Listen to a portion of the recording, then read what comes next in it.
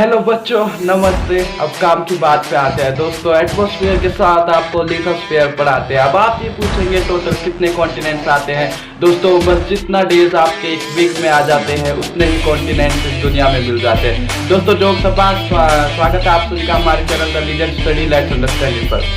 दोस्तों आज स्टार्ट करने वाले हैं क्लास 6 का चैप्टर नंबर 5 जिसका नाम है major domains of the earth. Major domains में दोस्तों पढ़ेंगे लिथोस्फीयर, एटमॉस्फेयर, हाइड्रोस्फीयर और बायोस्फीयर। तो दोस्तों बिना किसी देरी के जल्दी से वीडियो को स्टार्ट करते हैं। उससे पहले अगर चैनल पर नए हैं तो चैनल को सब्सक्राइब कर दीजिए और जाने से पहले अगर वीडियो अच्छी लगे तो वीडियो को लाइक करते जरूर जाना। दोस्तों बात करते हैं सबसे पहले लिथोस्फीयर की। लिथोस्फीयर दोस्तों जनरली जो अर्थ के ऊपर जो सॉलिड पोर्शन है जो हम अपना देखते हैं, ये जो लैंड वगैरह है, माउंटेन्स वगैरह, ये सब लिथोस्फीयर में आ जाता है दोस्तों।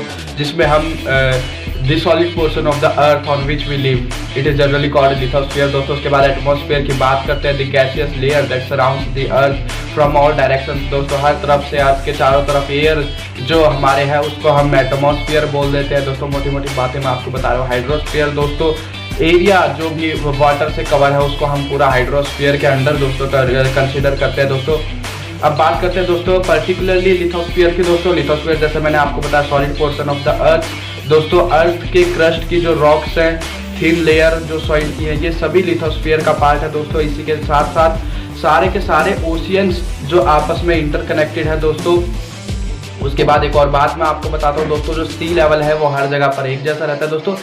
सीधा बात करेंगे दोस्तों, फालतू के बीच में नहीं घुसेंगे, काम की बात करेंगे दोस्तों। हाईएस्ट माउंटेन जो माउंटेन पीक है वर्ल्ड की वो है माउंट एवरेस्ट 8,848 मीटर जिसकी हाइट है दोस्तों।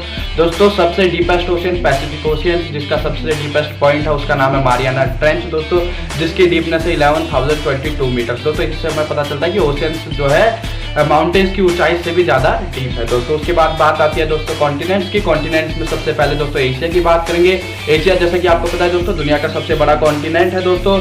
अर्थ का 1/3 ऑफ लैंड मास, मतलब पूरी अर्थ पे जितनी भी लैंड है उसका 1/3 पार्ट जो है वो एशिया के अंदर आता है दोस्तों। एशिया पूरी तरह लाई करता है दोस्तों ईस्टर्न हेमिस्फीयर में। ट्रॉपिक ऑफ कैंसर जो है इस कॉन्टिनेंट से होकर दोस्तों गुजरती है। इसी के साथ साथ दोस्तों एशिया और यूरोप, इन दोनों लैंड मास को अगर हम एक साथ जोड़ के बोल देते हैं दोस्तों यूरेशिया, हम इन दोनों को एक साथ बोल देते हैं दोस्तों। एशिया और यूरोप इन दोनों को सेपरेट हम करते हैं दोस्तों यूराल माउंटेन्स की एक रेंज है दोस्तों, यूराल, ठीक है दोस्तों। इससे हम एशिया और यूरोप को जो है सेपरेट करते हैं दोस्तों। ये एशिया के नॉर्थ वेस्ट में ये जो माउंटेन रेंज है दोस्तों ये आपको मिल जाती है। इसके बाद आता है दोस्तों यूरोप की बात करें दोस्तों, यूरोप साइड में बहुत ही ज़्यादा छोटा है, एशिया के वेस्ट में लाई करता है दोस्तों। आर्कटिक सर्कल इस कॉन्टिनेंट से होकर गुजरता है। इसी के साथ साथ दोस्तों it is bound by water bodies on 3 side दोस्तों। इसके 3 तरफ से जो है वो वाटर बॉडीज हैं। इसके बाद बात आती है दोस्तों अफ्रीका की। Africa is the second largest continent on this earth दोस्तों। 0 डिग्री जो है इक्वेटर जो है दोस्तों इस कॉन्टिनेंट के बिल्कुल बीच से होकर गुजरती है। समझ आ रहा है दोस्तों, सभी को समझ आ रहा है। उसके बाद दोस्तों एक और बात मैं आपको बताता हूँ, Tropic of Cancer, Tropic of Capricorn और इक्वेटर अकेला ऐसा कॉन्टिनेंट है जिससे ये तीनों की तीनों जो लाइन्स है, तीनों जो लेटिट्यूड्स है, अकेला ऐसा कॉन्टिनेंट है जिससे ये तीनों होकर गुजरती है दोस्तों। इसके बाद मैं आपको बताऊँ दुनिया का सबसे बड़ा hot desert the Sahara desert दोस्तों, वो भी इसी कॉन्टिनेंट में लाई करता है दोस्तों। दुनिया की longest river the Nile river दोस्तों इसी कॉन्टिनेंट में फ्लो करती है दोस्तों। अफ्रीका चारों तरफ से पानी से घिरा हुआ है। अब बात आती है दोस्तों नॉर्थ अमेरिका की, दुनिया का तीसरा सबसे बड़ा continent, 3rd largest continent of the world दोस्तों। साउथ अमेरिका से जुड़ा हुआ है। जिस चीज से ये कॉन्टिनेंट जुड़ा हुआ है उसको हम बोलते हैं इस्थमस या पनामा भी दोस्तों हम उसको बोल देते हैं दोस्तों। ये लाई करता है नॉर्थ एंड वेस्टर्न हेमिस्फीयर में दोस्तों, यानी कि नॉर्थ और साउथ में देखे तो ऊपर की तरफ है और ईस्ट और वेस्ट में देखे तो वेस्ट की तरफ है दोस्तों। नॉर्थ वेस्टर्न हेमिस्फीयर में हमारे कॉन्टिनेंट लाई करता है दोस्तों। 3 तरफ से ओशियन से घिरा हुआ है दोस्तों। साउथ अमेरिका की बात करें दोस्तों, सदर्न हेमिस्फीयर में पूरी तरह लाई करता है दोस्तों। 2 ओशियन से घिरा हुआ है दोस्तों। एंडीज दोस्तों दुनिया की सबसे लॉन्गेस्ट जो माउंटेन रेंज है दोस्तों। माउंटेन रेंज और माउंटेन पीक में मैं आपको फर्क बताता हूँ। माउंटेन पीक होती है दोस्तों हाइट की, जब हम बात करते हैं कि सबसे ऊंची हाइट कहाँ पर है माउंटेन की, और रेंज होती है दोस्तों की लेंथ कितनी है माउंटेन की, कितनी दूर तक वो माउंटेन फैला हुआ है दोस्तों, उसको हम माउंटेन रेंज बोलते हैं। तो दुनिया की सबसे बड़ी माउंटेन रेंज जो है दोस्तों एंडीज जिसको हम बोलते हैं दोस्तों, वो इसमें है दोस्तों, नॉर्थ टू साउथ पूरा ये साउथ अमेरिका में फैली हुई है दोस्तों। दुनिया की सबसे बड़ी रिवर दोस्तों। अब सबसे बड़ी रिवर और लॉन्गेस्ट रिवर में डिफरेंस क्या है दोस्तों? लॉन्गेस्ट रिवर तो होती है कि कितनी ज़्यादा लेंथ वो रिवर जो है वो कवर कर रही है, और लार्जेस्ट है कि कितना ज़्यादा वाटर उस रिवर से फ्लो कर रहा है। तो दोस्तों दुनिया की सबसे लार्जेस्ट रिवर है अमेजोन, और सबसे लॉन्गेस्ट रिवर मैंने आपको बताई थी रिवर नील, जो कि अफ्रीका में फ्लो करती थी। और दुनिया की सबसे लार्जेस्ट रिवर जो कि अमेजोन रिवर है वो साउथ अमेरिका में फ्लो करती है दोस्तों। इसके बाद आते हैं ऑस्ट्रेलिया पर। ऑस्ट्रेलिया दुनिया का सबसे छोटा कॉन्टिनेंट है, सदर्न हेमिस्फीयर में लाई करता है, चारों तरफ से ओशियन से घिरा हुआ है, और इसको हम इसीलिए आइलैंड कॉन्टिनेंट भी बोलते थे दोस्तों। आइलैंड वही लैंड का हिस्सा होता है, आइलैंड हम उसी हिस्से को बोलते हैं जो चारों तरफ से पानी से घिरा हुआ हो। और क्योंकि ये कॉन्टिनेंट चारों तरफ से पानी से घिरा हुआ है, इसीलिए हम इसको आइलैंड कॉन्टिनेंट भी दोस्तों बोल देते हैं दोस्तों। बात करते हैं एंटार्क्टिका की दोस्तों। पूरे 7 कॉन्टिनेंट में आपको पढ़ा रहा हूँ, 7वां कॉन्टिनेंट हमारा आ गया दोस्तों। एंटार्क्टिका की बात करते हैं, सदर्न हेमिस्फीयर में लाई करता है दोस्तों, बहुत ही बड़ा कॉन्टिनेंट है दोस्तों। दुनिया का मतलब अर्थ का जो सदर्न पोल है, जो साउथ पोल है दोस्तों, वो इस कॉन्टिनेंट के बिल्कुल सेंटर में लाई करता है दोस्तों। इस कॉन्टिनेंट पे दोस्तों बहुत ही ज़्यादा जो है रिसर्च स्टेशन है, अलग अलग कंट्रीज के रिसर्च स्टेशन इस कॉन्टिनेंट पर हैं दोस्तों। और अलग अलग कंट्रीज के साथ साथ हमारे इंडिया का भी रिसर्च स्टेशन यहाँ पर है, जो कि मैत्री रिसर्च स्टेशन है दोस्तों। और दक्षिण गंगोत्री हमारा एक रिसर्च स्टेशन एंटार्क्टिका में लोकेटेड है दोस्तों। ये तो बात हो गई दोस्तों लिथोस्फीयर की, लैंड वाला एरिया, रॉकी सरफेस, सॉइल, ये बात हो गई दोस्तों लिथोस्फीयर की।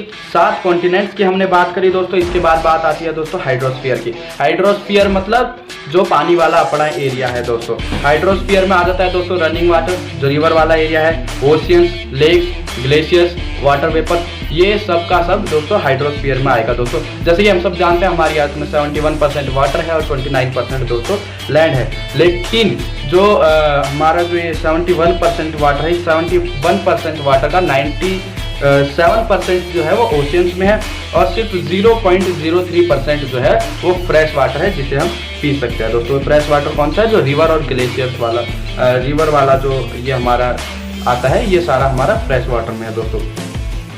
बात आती है दोस्तों ओशियंस की। ओशियंस में दोस्तों मतलब मूवमेंट्स वाटर की होती रहती है दोस्तों। ओशियंस को हिंदी में महासागर बोलते हैं, आपको सिंपल सी बात है।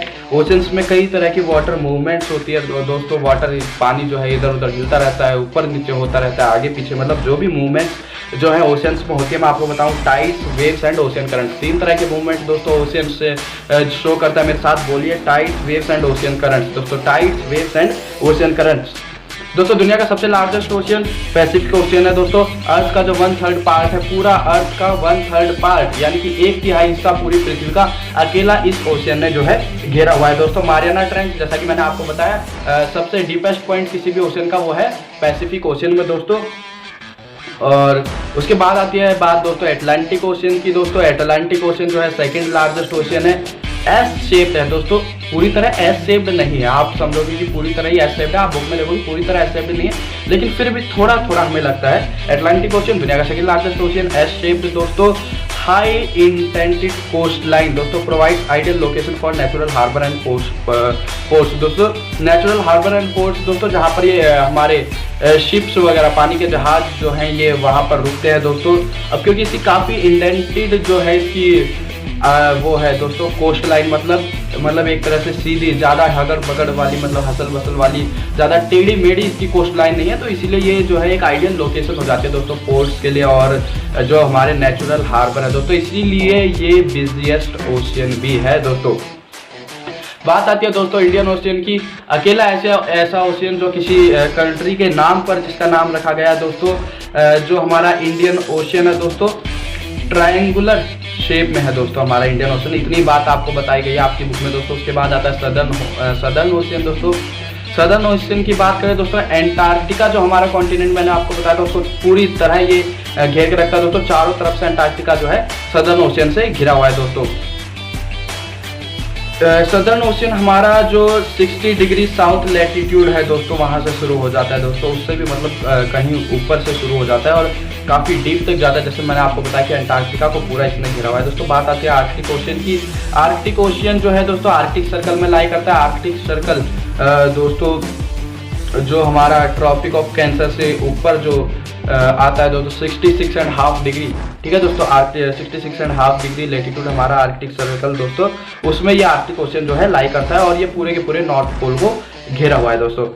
और it is connected with Pacific ocean by Bering strait. दोस्तों आर्कटिक ओशियन और पैसिफिक ओशियन को जो जोड़ के रखती है दोस्तों, मतलब या फिर लाइन कह ले, नेचुरली ऐसे कोई लाइन तो है नहीं, लेकिन फिर भी जहाँ पर ये दोनों ओशियन हमने माना है कनेक्ट होते हैं उसको हम बोल देते हैं दोस्तों बेरिंग स्ट्रेट। दोस्तों बेरिंग स्ट्रेट, BERRING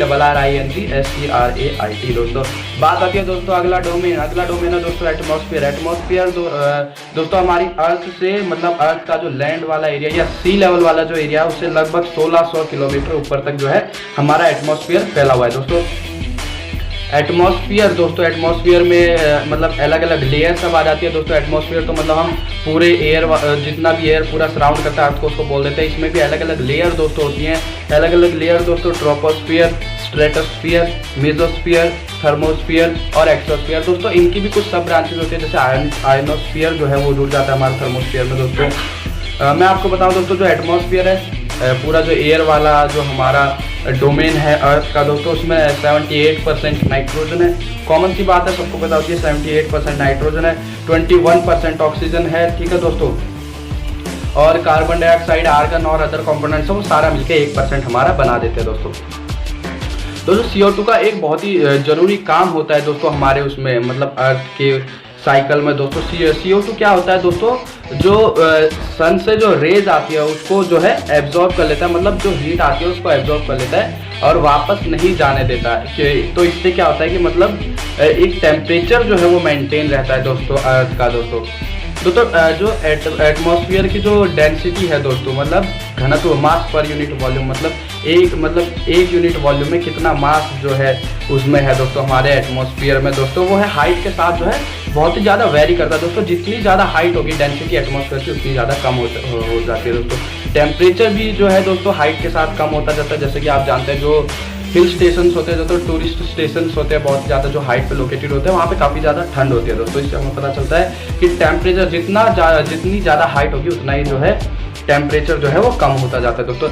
एटमॉस्फेयर जो है हमारी अर्थ पे प्रेशर लगाता है दोस्तों, और ये जो प्रेशर लगाता है वो हर एक जगह पे अलग अलग प्रेशर लगाता है, और इसी प्रेशर को हम जो है दोस्तों एटमॉस्फेरिक प्रेशर बोल देते हैं। अब दोस्तों मैंने कहा कि अलग अलग प्रेशर, अलग अलग अमाउंट का प्रेशर हर जगह लगाता है, तो जो एयर फ्लो करेगी दोस्तों वो high pressure to low pressure flow करेगी दोस्तों। ये तो कॉमन सी बात है, हर कोई कॉमन सेंस की बात है दोस्तों, हर कोई जानता है दोस्तों। उसके बाद बात आती है दोस्तों बायोस्फीयर की। बायोस्फीयर दोस्तों क्या है, narrow zone of contact between land, water and air, मतलब कि जो लैंड को, वाटर को और एयर को जो हमारा डोमेन जो है जोड़ के रखता है उसी को हम बायोस्फीयर बोल देते हैं दोस्तों।